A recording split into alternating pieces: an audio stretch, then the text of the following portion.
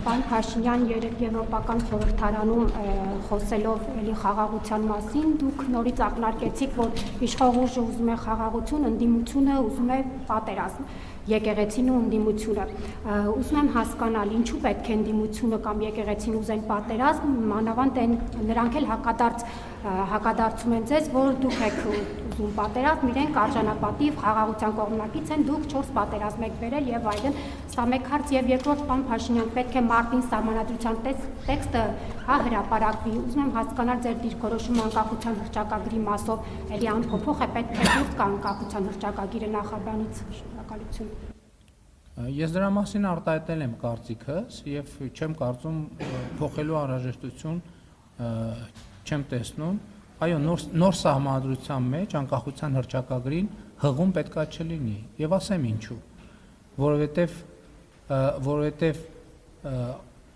անկախության հռչակագիրը կառուցված է կոնֆլիկտի տրամաբանության վրա։ Չենք կարող մենք կոնֆլիկտի տրամաբանության վրա գնալ եւ ուզենալ անկախ պետություն կառուցել։ Եվ թե ինչ նկատի ունեմ, հիմա շատ չմանրամասնեմ, նախորդիվ անկախության հռչակագրի օրվա նվիրվածի ուղերձներում ես իմ դիրքորոշումը մանրամասն արտահայտել եմ։ Հիմա անդրադառնալով այն հարցին, թե ինչու եմ ասում, որ օրինակ եկեղեցին ստանձնել է Կտրիչ Ներսիսյանը եւ իր խումբը ստանձնել է պատերազմի կուսակցության առաջնորդությունը, շատ պարզ բացատրություն ունի։ Ես գնում եմ պատարակների եւ տեսնում եմ, որ պատարակի ժամանակ, օրինակ, ընդ որում պատարակի տեքստում այդպիսի բան չկա, ասենք պատարակի տեքստից շեղվում են եւ ասում են, հղում են անում Արցախի հանրապետություն եւ այլն եւ այլն։ Շատ լավ հասկացանք։ Եկեք բոլորը սկսենք ենթադրենք հղում ենք անում Արցախի հանրապետություն։ Դա ինչ է նշանակում։ Դա նշանակում է կոնֆլիկտ։ Դա նշանակում է կոնֆլիկտ։ Այսինքն հղում ենք անում բոլոր Արցախի հանրապետություն եւ այլն, դա նշանակում է նախ կոնֆլիկտ, հետո եթե այդ տեսությունը մենք ворթեգրում ենք, այդ տեսության ворթեգրման ճանապարհին պետք է գնանք կոնֆլիկտի։ Բա ո՞նց ենք լուծում։ Դա նշանակում է ամեն այդպիսի նախադասությունը նշանակում է պատերազմի կոչ, այսօր, վաղը, մյուս օրը, մյուս օրը ես չգիտեմ, բայց դա նշանակում է պատերազմի կոչ։ Եվ ընդ որում ես ուզում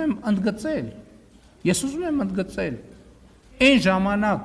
որովհետև գիտեմ, հեսա կասեք, բա ինչի եք ասել դուք Արցախ Հայաստանը եւ վերջ։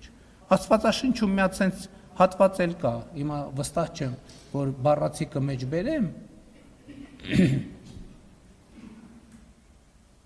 Երբ ասում եմ ող parեցինք եւ դուք լաց չեղաք,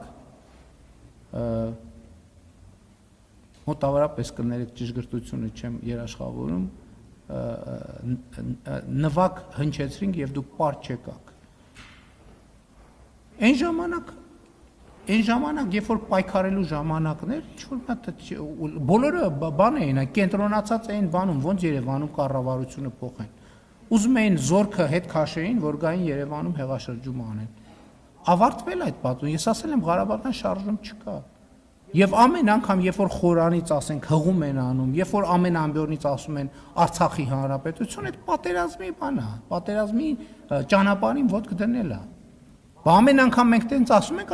Ադրբեջանն էլ իր հերթին իր խոսույթն է զարգացնում։ Այդ որ ասում են վերադարձի, ինչ վերադարձի, որտեղի վերադարձի։ Բա կա փախստականների վերադարձի թեմա, Ադրբեջանն է նույն ձևի նույն թեման է առաջ քաշում։ Այդ թեմաները զարգանալու են, բախվելու իրան դառնան պատերազմ։ Այսինքն ձեզ թվում է նախին պատերազմները տենց ինչ որ բոլորը վեր են կացել ասել պատերազմ, տենց հումանիտար, շատ անմեղ թեմաներից սկսել են բան, մի քար, մի հուշարձան, շատ կարևոր եւ